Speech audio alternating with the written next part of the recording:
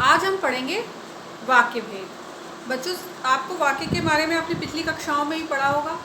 सार्थक शब्दों के योग से वाक्य बनता है ना। वाक्य के लिए निम्नलिखित वाक्य की विशेषताएं होती है। एक निश्चित क्रम होना चाहिए, सार्थक शब्द होने चाहिए उनके, और उन वाक्यों उस शब्दों में अर्थ अभिव्यक्त करने की क्षमता होनी चाहिए, तभी वो वाक्य बनता है ना। तो एक निश्चित क्रम भी होना चाहिए। शब्दों के बोलने अथवा लिखने में निकटता भी होनी चाहिए, जो हम बोल रहे हैं वही लिखें। तो इस तरह से राम, जैसे हम लिख रहे हैं ना, राम पुस्तक पढ़ता है, कर्ता भी है, कर्म भी है, क्रिया भी है ना। इस तरह से एक निश्चित क्रम होना चाहिए उसको लिखने का, एक शब्दों का निश्चित अर्थ होना चाहिए, तभी वाक्य बनता है। तो ये वाक्य के बारे में, क्योंकि आज हम चैप्टर पढ़ रहे हैं ना, पाठ 1 वाक्य भेद, तो हम सबसे पहले हमने वाक्य के बारे में जाना। अब हम जानते हैं वाक्य के कितने अंग होते हैं। वाक्य के 2 अंग होते हैं, उद्देश्य और विधेय।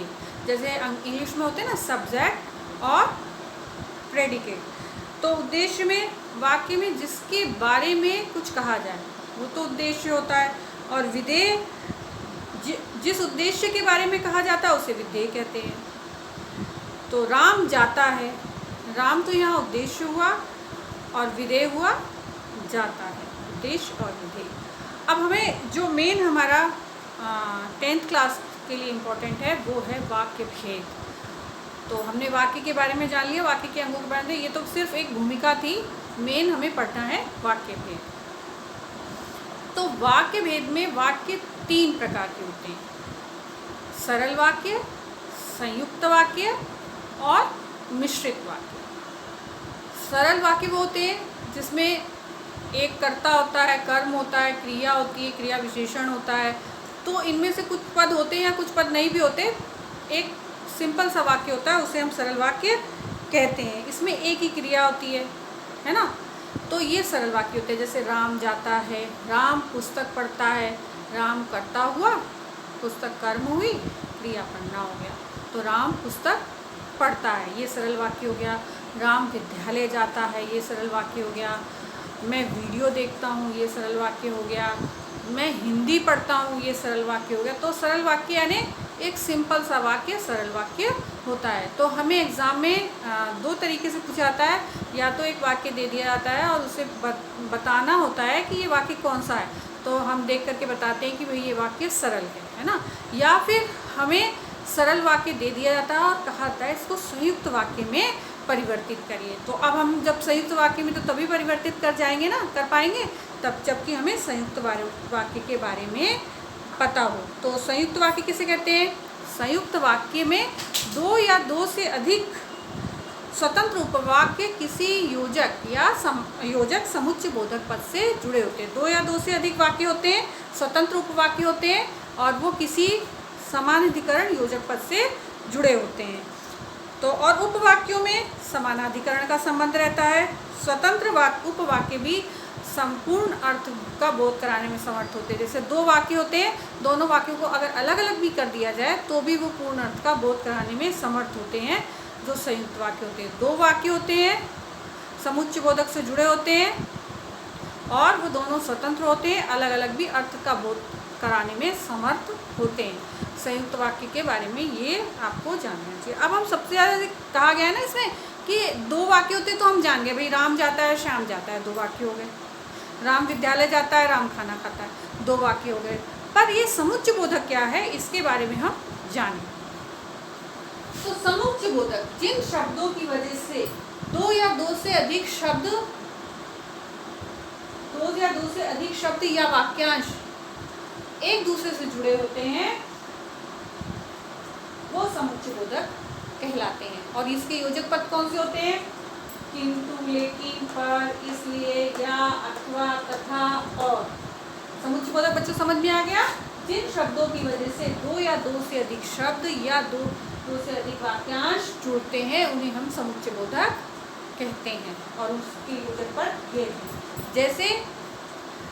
जैसे कि किंतु से हम बनाएंगे,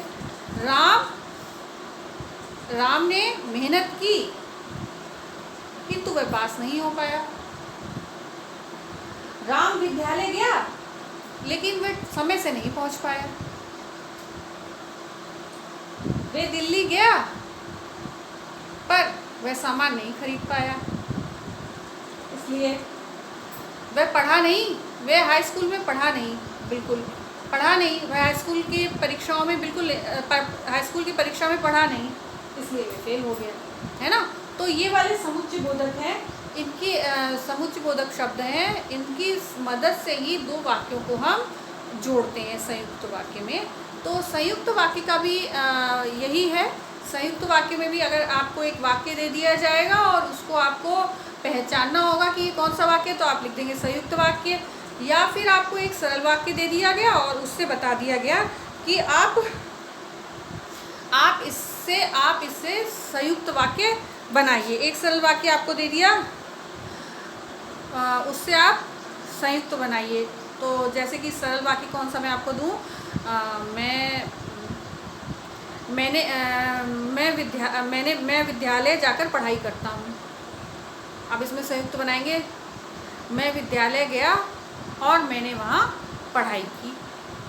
अलग अलग हो गया ना, मैं विद्यालय गया, ये भी एक स्वतंत्र है, अगर अलग कर दो।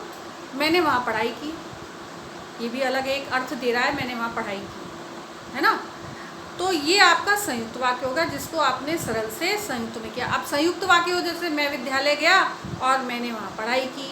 अब अगर आप इसको सरल बनाएंगे, मैंने विद्यालय जाकर पढ़ाई की।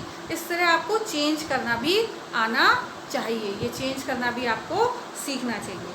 अब तीसरा जो भेद है मिश्र वाक्य। मिश्र वाक्य जिस वाक्य में एक से अधिक उपवाक्य हों और उसमें क्या होगा, व्याधिकरण योजक द्वारा, ये समानाधिकरण योजक द्वारा जुड़े होते हैं संयुक्त वाक्य, और जो मिश्र वाक्य होते हैं वो व्याधिकरण योजक द्वारा जुड़े होते हैं। और इन उपवाक्यों में एक प्रधान वाक्य होता है और अन्य उपवाक्य गौण होते हैं। एक वाक्य प्रधान होता है तथा अन्य उपवाक्य उसमें गौण होते हैं और ये उपवाक्य पर निर्भर होते हैं, इसे मिश्र वाक्य कहते हैं। संयुक्त वाक्य में तो क्या है, दो वाक्य होते हैं पर दोनों एक दूसरे पर निर्भर नहीं होते, दोनों स्वतंत्र होते हैं। परंतु मिश्र वाक्य क्या होता है, मिश्र वाक्य में एक प्रधान वाक्य होता है, अन्य गौण होते हैं, और प्रधान वाक्य पर ये जो गौण वाक्य है ये आश्रित होता है और ये व्याधिकरण योजक द्वारा एक दूसरे से जुड़े होते हैं। अब हमें पता हो कि व्याधिकरण योजक कौन कौन से होते हैं जिनसे हम इनको जोड़ते हैं। व्याधिकरण योजक होते हैं यानी युग्म सा होता है, ये दो जोड़े होते हैं, जो, सो, जो, यह, है ना, जैसा, वैसा, जिसकी, उसकी, यदि, तो, वही, जिसे, उसे, जब तक, ये आपके व्याधिकरण योजक होते हैं जिनसे कि आपके ये वाक्य जुड़े होते हैं। जैसे कि मैं जब और तक का बोलूं, जब मैं स्टेशन पहुंचा तब तक वो जा चुका था, जब मैं स्टेशन पहुंचा तक वे जा चुका था, तब, या जब मैं स्टेशन पहुंचा तब उससे मिला, मैं जब स्टेशन पहुंचा तब उससे मिला।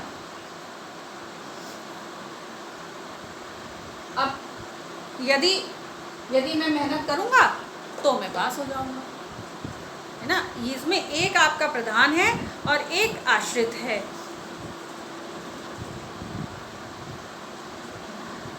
जैसे कहते हैं जिसकी लाठी उसकी भैंस, एक आपको वो भी है ना।